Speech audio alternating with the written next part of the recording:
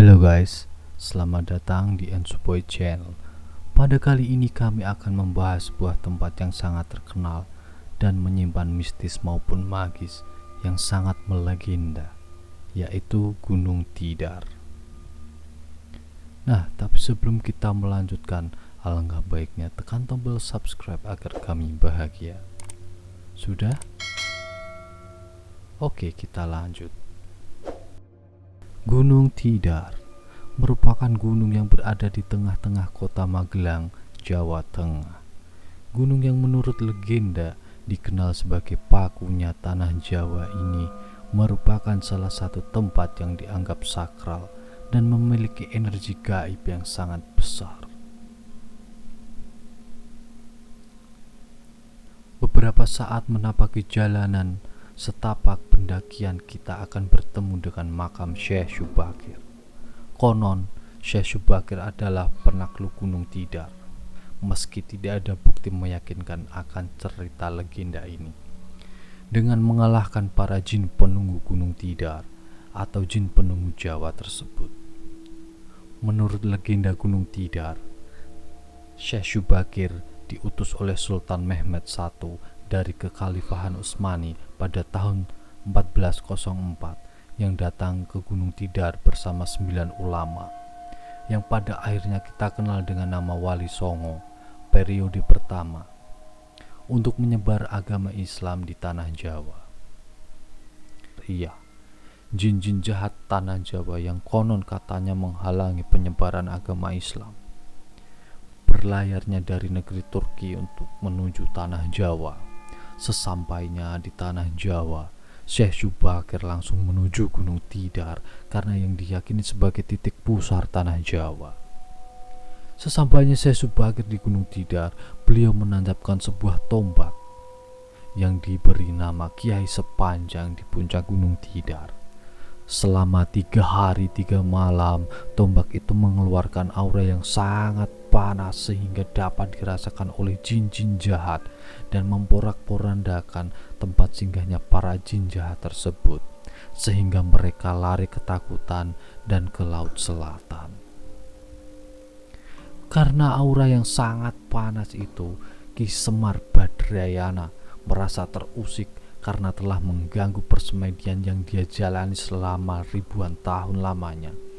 Dari tindakan Syekh Syubakir tersebut timbullah pertarungan dahsyat yang menurut legenda terjadi selama 40 hari 40 malam antara Syekh Syubakir dan Ki Semar Badrayana. Tidak ada kata menang dan kalah di dalam pertempuran mereka karena masing-masing memiliki kesaktian yang sama-sama kuatnya. Karena memiliki kesaktian yang seimbang, Ki Semar Badrayana memilih berunding dengan Syekh Syubakir dan terjadilah perjanjian Sabdo Palon. Menurut beberapa sumber, inilah isi dari perjanjian Sabdo Palon. Yang pertama, tidak boleh ada paksaan dalam memeluk agama Islam. Yang kedua, jika hendak membangun rumah ibadah, harus tetap menggunakan unsur kejawen atau budaya yang sudah ada.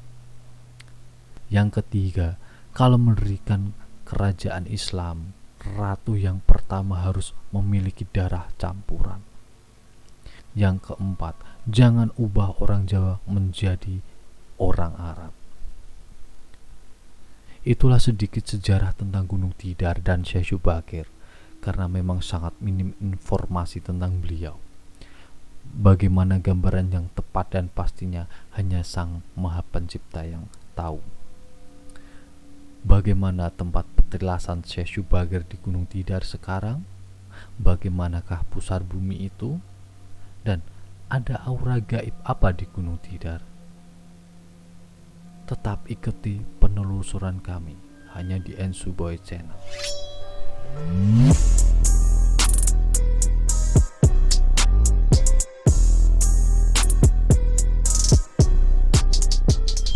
Assalamualaikum warahmatullahi wabarakatuh. Nah, kali ini kita berada di Gunung Tidar di Kota Magelang.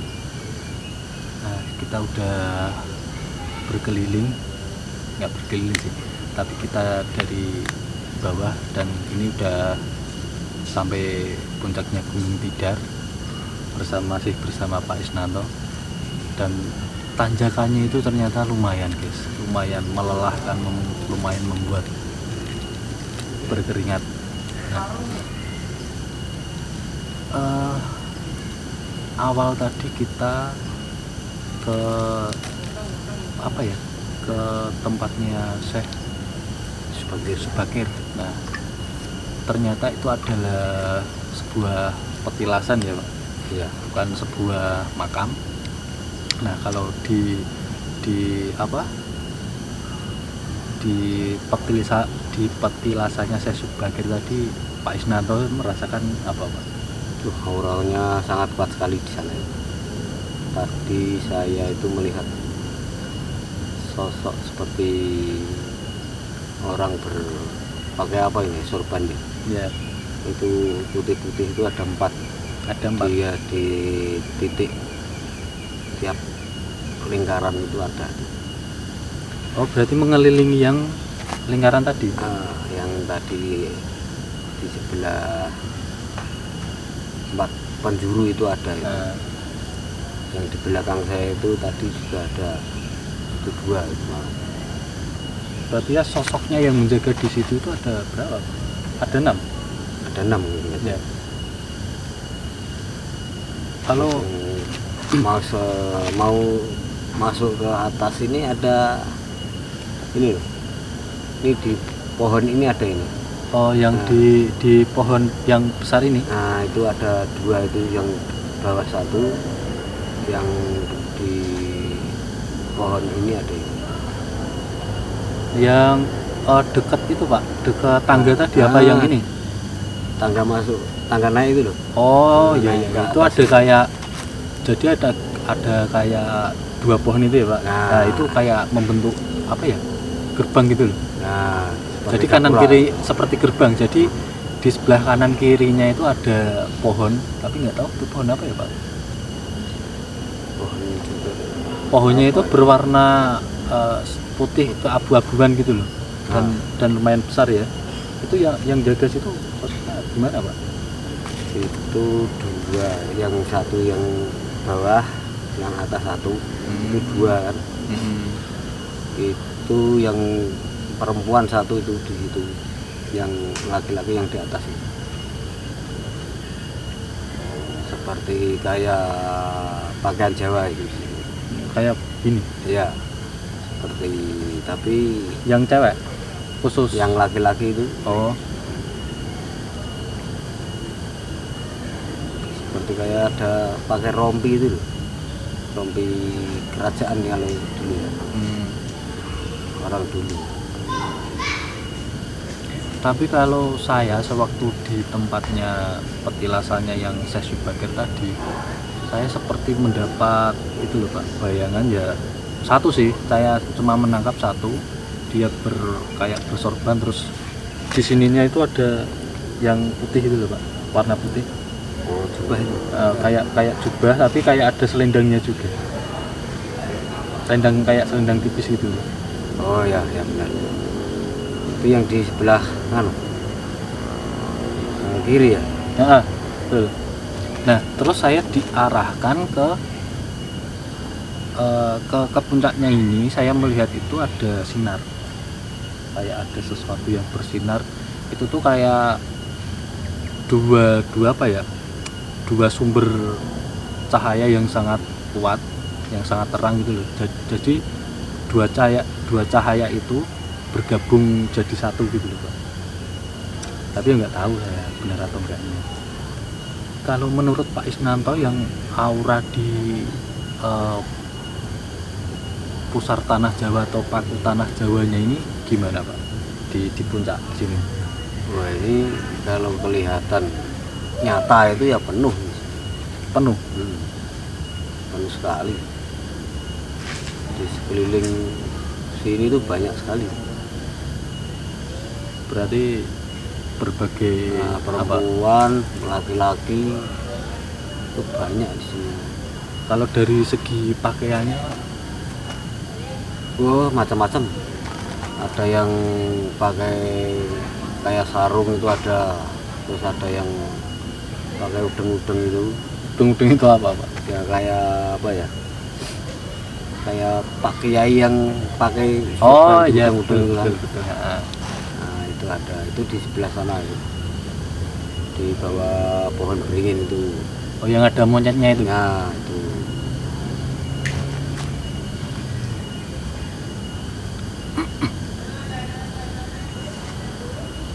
Nah ini Pak Isnanto coba merasakan lagi, mendeteksi lagi, scanning nah di sana yang kuat di itu seperti orang berjenggot yang jaga itu, kayak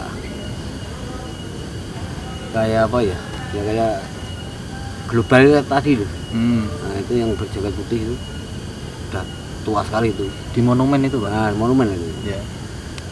Kayak apa ya? Api unggun atau apa itu?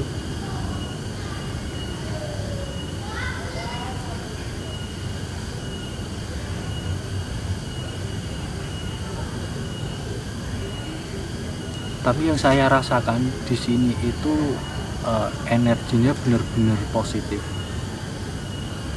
Kayak bikin di sini tuh nyaman, tenang. Ya Pokoknya di sini tuh damai.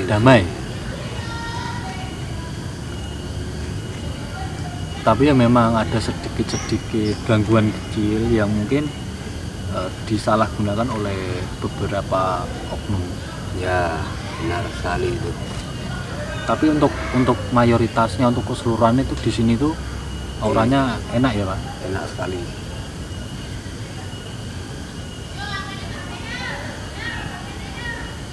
Auranya itu nyaman. Auranya itu nyaman.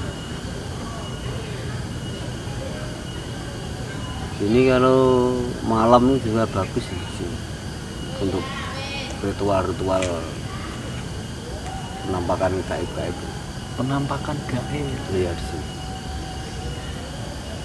Tapi kalau begitu kayak kontennya kita susah, soalnya di sini juga ramai berziarah. Nah di belakang ini ada yang sosok makhluk yang tinggi besar, tapi orangnya nggak pakai baju. Oh iya, berarti tapi pakai celana tapi nggak pakai baju. Celananya apa, kolor hitam itu loh. segini Pak. Iya. Ya. Nah, ini persis di belakang ini. Jadi sosoknya itu kayak petani yang pakai kolor hitam.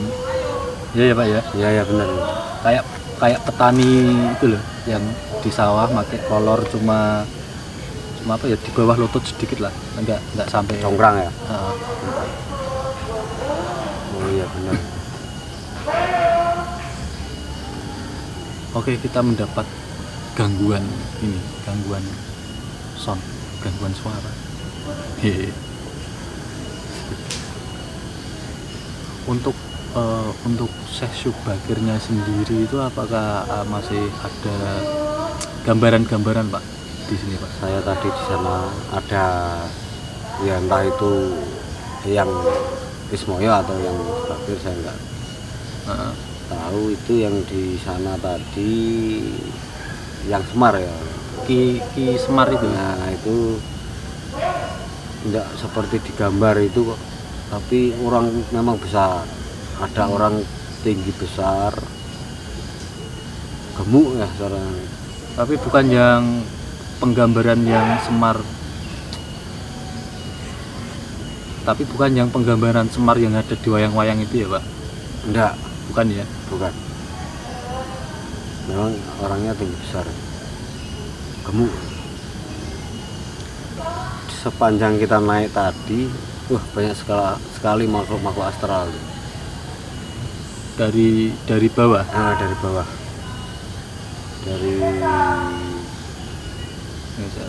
Dari kita masuk ke atas tadi. Banyak sekali.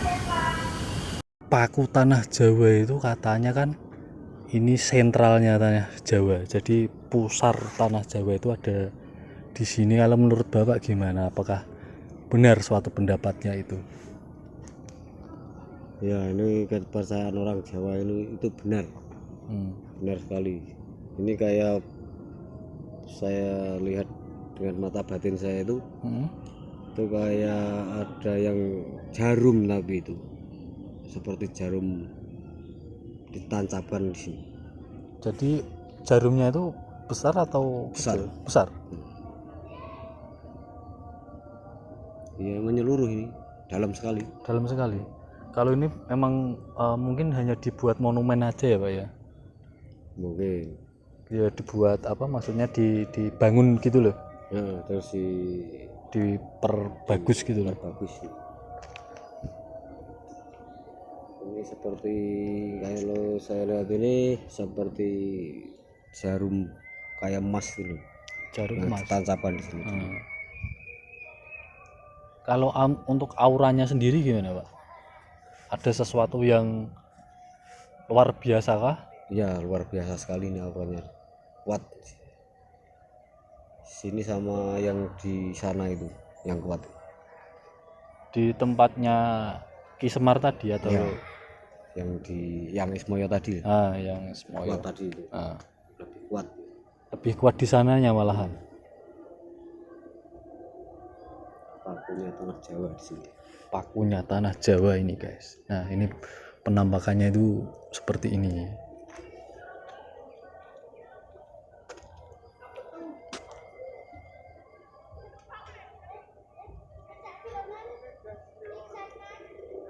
Oke guys, kita lanjutkan lagi perbincangan kita di Gunung Tidan.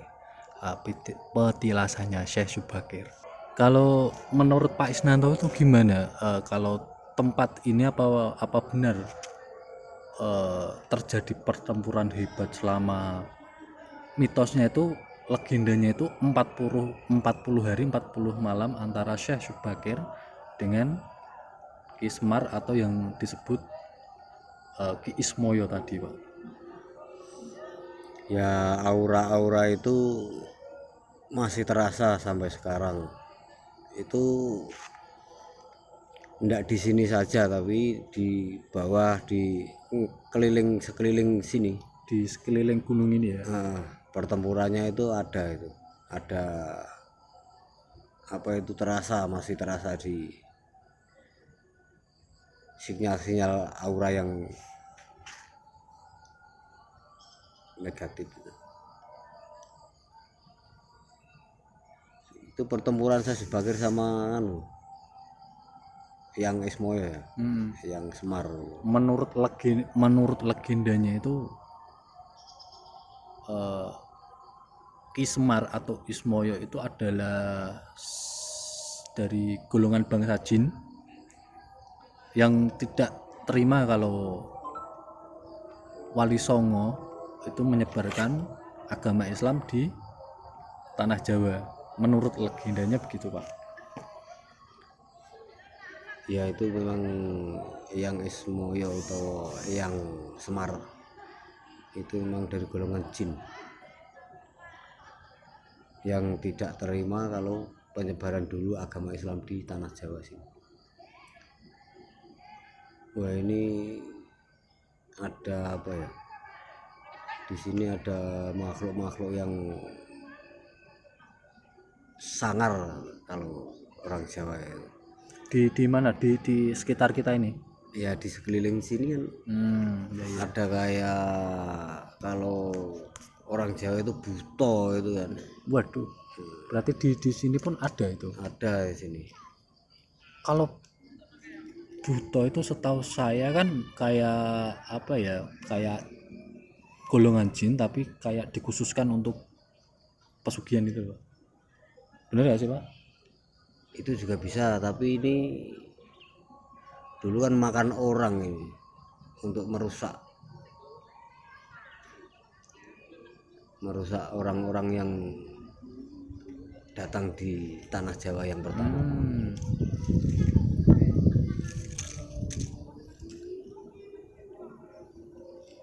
Kalau untuk makomnya Kiai Sepanjang itu tadi Pak Isnanto itu merasakan apa merasakan energi apa, aura apa, atau ada suatu sosok yang menunggu di situ, Pak? Saya tadi lewat situ ke Kiai Sepanjang tadi kan, itu ada orang setinggi, memang setinggi mungkin itu sekitar 3 meter atau 4 meter itu tingginya orang itu. Tingginya itu. Itu lagi duduk tadi saya lihat. Duduk berarti duduk di depan makamnya itu. Ya, depan makamnya itu. Kalau untuk perwujudannya sendiri mungkin bisa digambarkan sedikit lebih detail, Pak? Itu rambutnya panjang,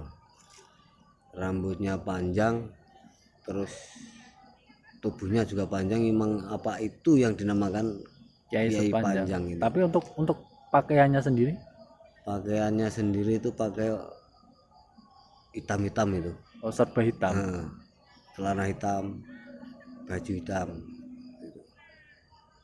Tapi rambutnya itu terurai, tidak pakai Tanpa ikat gitu ya. tanpa Berarti ikat itu. biasa aja gitu. Biasa. Terurai panjang berarti ya. Panjang sampai apa ya? Geril. Pinggang. Nah, sampai pinggang. Sampai pinggang. Gagah orangnya. Tapi kalau di sini itu ada aura-aura yang negatif nggak, Pak? Kalau ada itu di sebelah mana, Pak? Ya ini memang negatif semua ini. Saya rasakan itu. Sampai-sampai perut saya itu mual nih. Mual. Di badan saya itu ada agak gemeter gitu loh. Lapar mungkin, Pak? Enggak. Ini loh. Benturan-benturan dari aura-aura gaib itu. Berarti gini, Pak. Saya kan merasakan nyaman, merasakan suatu kedamaian lah di tempat ini. Tapi di sisi lain itu juga ada sesuatu yang negatif yang selalu membayangi kita mungkin ya. Ya, mungkin itu.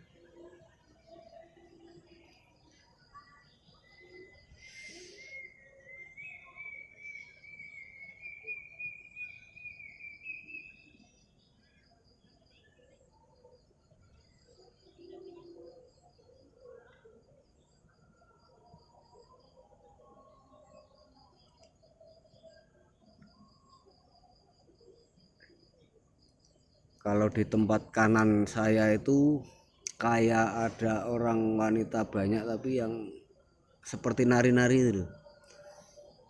Pakai kayak orang Jawa, pakai sampur apa-apa kayak ledek kalau itu.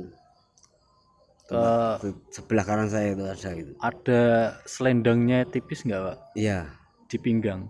di pinggang sama di sini loh. Di sampur itu kan. Di apa ya? Kalau bahasa Indonesianya disampir ke itu apa ya? Ditaruh di pundak itu. Nah, ditaruh di pundak gitu loh. Itu di sebelah mana ya, Pas? Ini ini. Oh, di jalan masuk ke atas Tugu itu. Oh, yang sebelah pas kita ini. Ya, benar. Itu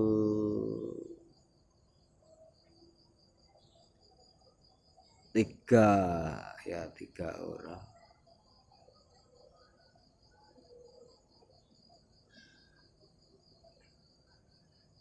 Apa mungkin sini dulu tempat main ledek itu ya? Mungkin setelah dulu bernari-nari juga di sini.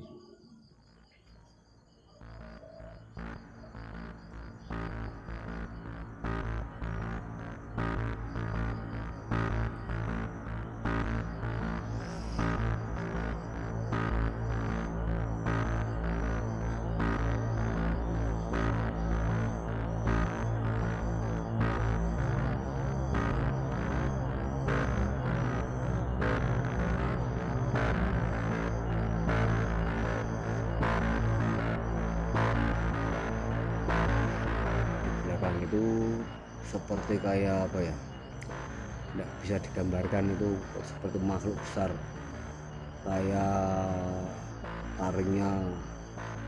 taringnya panjang, wajahnya sangat menakutkan. Di belakang kita. Yang di sebelah sana tapi itu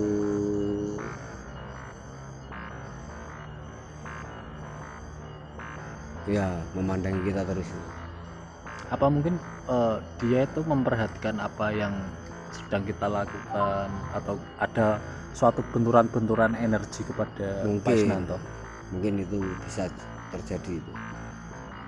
Atau mungkin dia agak terusik, Pak? Kelihatannya ya itu Agak terusik.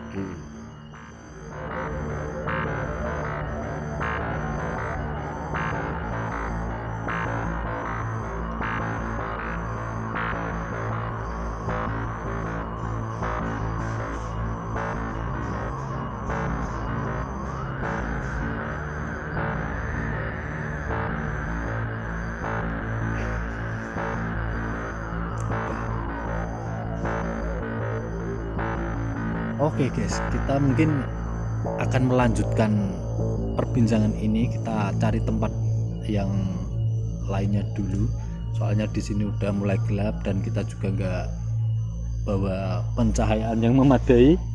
Oke, let's go.